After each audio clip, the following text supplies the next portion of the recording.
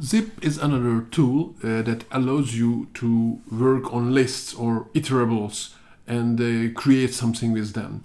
So in our case, we have three lists: the first names and the last names and the date of birth of the people who were in the Monty Python show.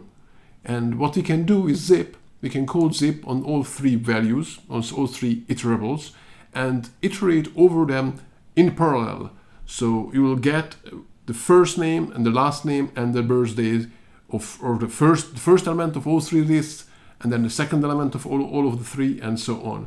So if what we do is just print out the F name, L name, and the B date for these three elements, then we could get this nicely formatted output from all the three lists. So this way we can combine various iterables.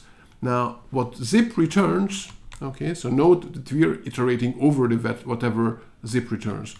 But what zip really returns, in this example, you can see that we have two much smaller lists, and we call zip on them, and we get this zipped, which is a zip object. So again here, the combination, the iteration doesn't happen when we call zip. It's only an iterable. The thing happened, iteration only happens when you start iterating over, or when you call, for example, list on this zipped object, and then it will return a list of all the tuples. I never know how to pronounce that word.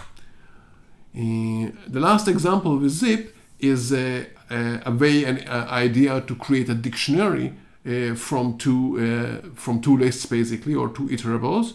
In this case, we have the names and the days, and we created the zipped thing, so just zipping together the two. And then we are calling dict instead of list. We are calling dict on this object. What we get back is a dictionary where the first of the keys is going to, the elements from the first list or first iterable are going to be the keys, and the second iterable are going to be the values.